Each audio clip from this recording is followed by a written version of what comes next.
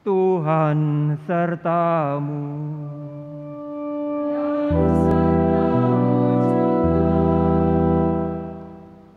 Inilah Injil Yesus Kristus menurut Santo Lukas.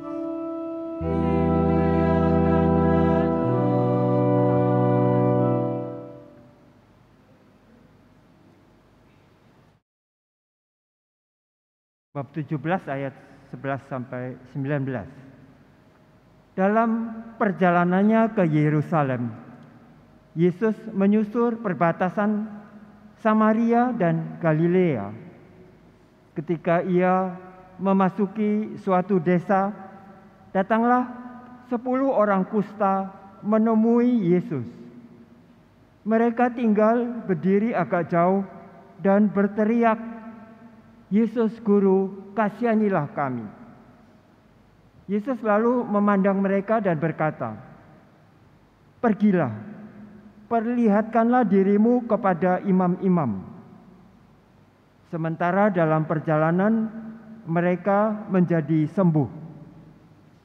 Salah seorang dari mereka ketika melihat bahwa ia telah sembuh, kembali sambil memuliakan Allah dengan suara nyaring, lalu sujud di depan kaki Yesus dan mengucap syukur kepadanya. Orang itu adalah orang Samaria. Lalu Yesus berkata, "Bukankah ke-10 orang tadi semuanya telah sembuh? Di manakah yang 9 orang itu? Tidak adakah di antara mereka yang kembali untuk memuliakan Allah selain orang asing ini?"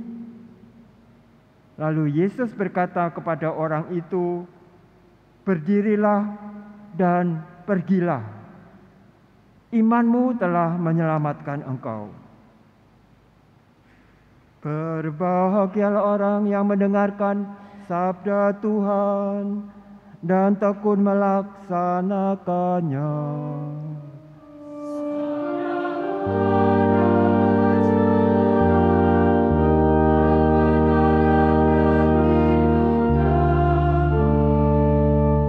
Semoga oleh sabda Tuhan diteguhkanlah iman kita.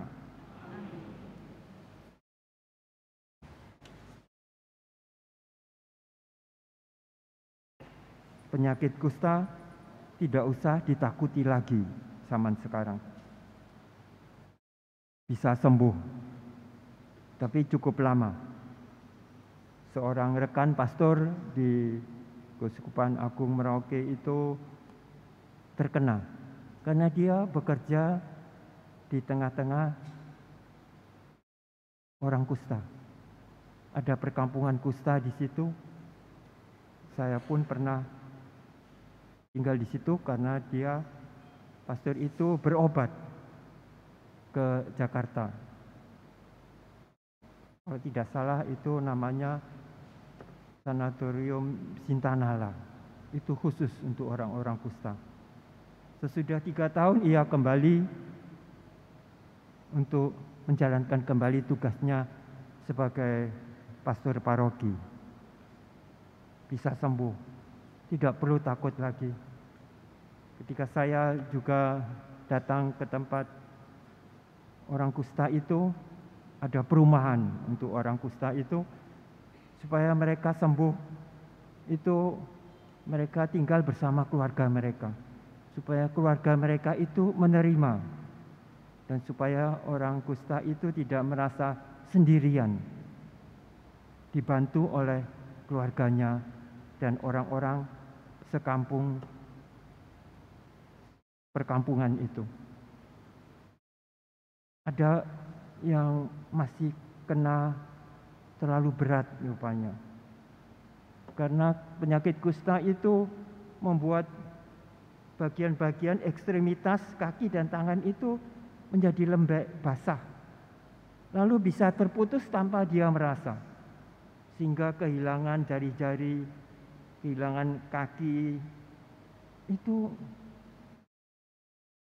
memang menakutkan dan merasa dirinya hina.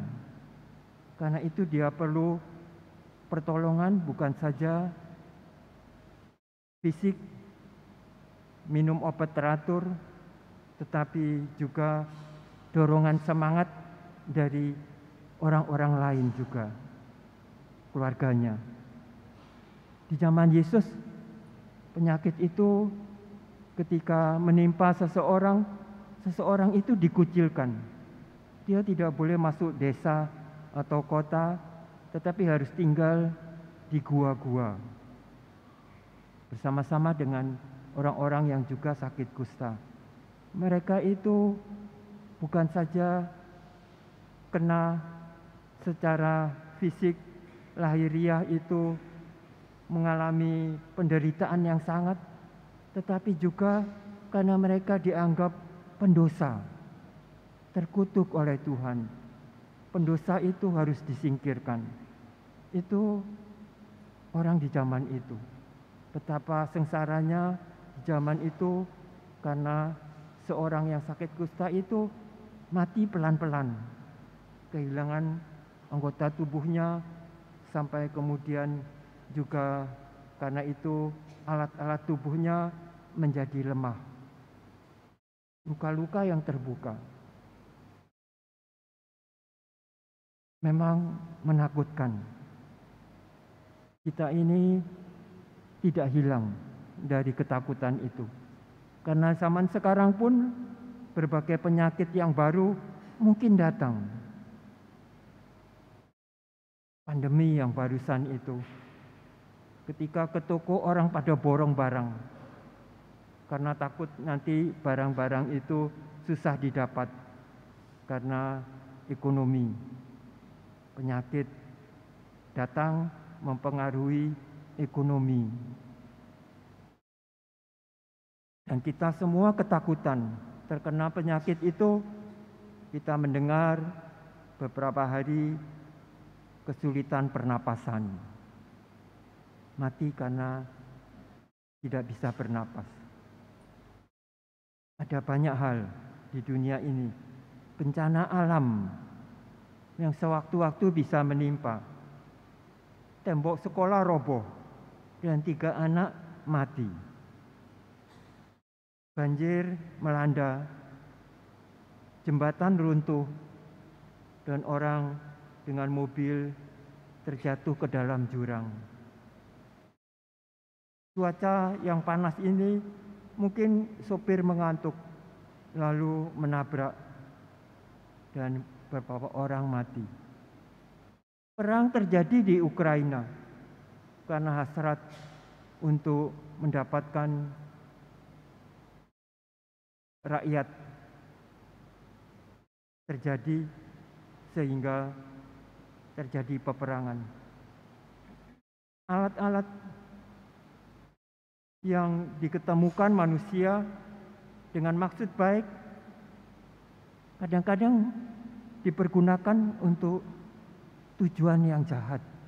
Bisa saja. Anak kecil ketika saya mengajar di sekolah mempergunakan pensilnya itu, anak kelas 1 sekolah dasar belum mengerti belajar menulis dengan pensil. Pensil itu dijadikan alat untuk menusuk temannya ketika saling bertengkar. Alat yang baik itu dijadikan alat kejahatan, katakan seperti itu. Meskipun anak-anak itu tidak mengerti, tetapi kita manusia yang pandai memakai akal budi ini kadang-kadang dipengaruhi. Dan yang paling penting, ketakutan manusia itu bukan hanya penderitaan, kesakitan fisik, jasmani, tetapi juga bahwa manusia itu merasa berdosa. Orang yang merasa berdosa itu merasa hatinya tidak tenteram. Siapa yang bisa membebaskan dia dari dosa? Karena tahu bahwa dosa itu tidak membawa kenyamanan bagi dirinya sendiri. Bahkan kemudian pekerjaannya terganggu karena pikirannya, budinya, hatinya itu terpengaruh. Saya sudah bersalah kepada sesama manusia. Hati itu hati yang dikaruniai Allah. Justru hati yang dikaruniai Allah itu membuat orang merasa bersalah dan ingin memperbaikinya, memulihkannya. Itu karunia Allah. Perasaan berdosa itu datang dari Allah supaya manusia kembali kepada kodratnya yang semula. Diciptakan untuk saling mengasihi, untuk saling menolong. Adam dan Hawa itu. Kita lalu tahu bahwa ketakutan kita yang utama itu bagaimana kalau kita berdosa ketika kita meninggal. Siapa yang menyelamatkan kita? Siapa yang menolong kita? Di saat kita tidak menyadari bahwa kita itu menyimpan sesuatu yang mematikan dalam diri kita. Itu yang membuat kita cemas, takut akan kematian. Dan siapa yang bisa menyembuhkan kita dari penyakit yang ini? Hanya satu, yaitu iman kita, seperti yang dikatakan Paulus, iman kita yang percaya akan Kristus Yesus yang bangkit untuk kita, yang menyerahkan dirinya sebagai manusia seperti kita untuk menebus dosa-dosa kita, untuk memulihkan martabat kita, kodrat kita sebagai bukan hanya anak manusia, tetapi sebagai anak-anak Allah. Karena tujuan manusia diciptakan Tuhan itu untuk mengajak kita ini di dalam kerajaannya. Kita bersyukur sebab Tuhan itu menanamkan ketakutan yang wajar akan Tuhan itu, akan kuasa Tuhan. Dan percaya bahwa Tuhan itu ingin meneguhkan hati kita.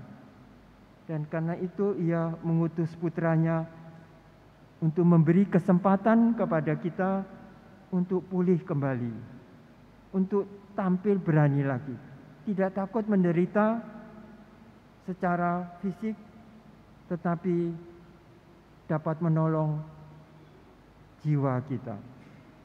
Roh kita itu yang berseru, Aba ya Bapa. Percaya akan Allah itu yang mengutus putranya untuk kita. Karena putranya itu bersedia untuk menyerahkan jiwanya untuk kita. Karena itu kita bersyukur, dan hendaknya syukur kita itu kita nyatakan dalam perbuatan nyata. Jangan takut lagi akan penderitaan di dunia ini, karena disediakan satu kebahagiaan yang kekal, hidup yang kekal, bukan kematian dalam kehidupan. Mari kita semakin menyadari kemana langkah kita ini, bagaimana kita bertindak untuk menyatakan warta sukacita Allah itu, bahwa kamu tidak lagi mati, tetapi kamu bisa hidup bersama dengan Allah.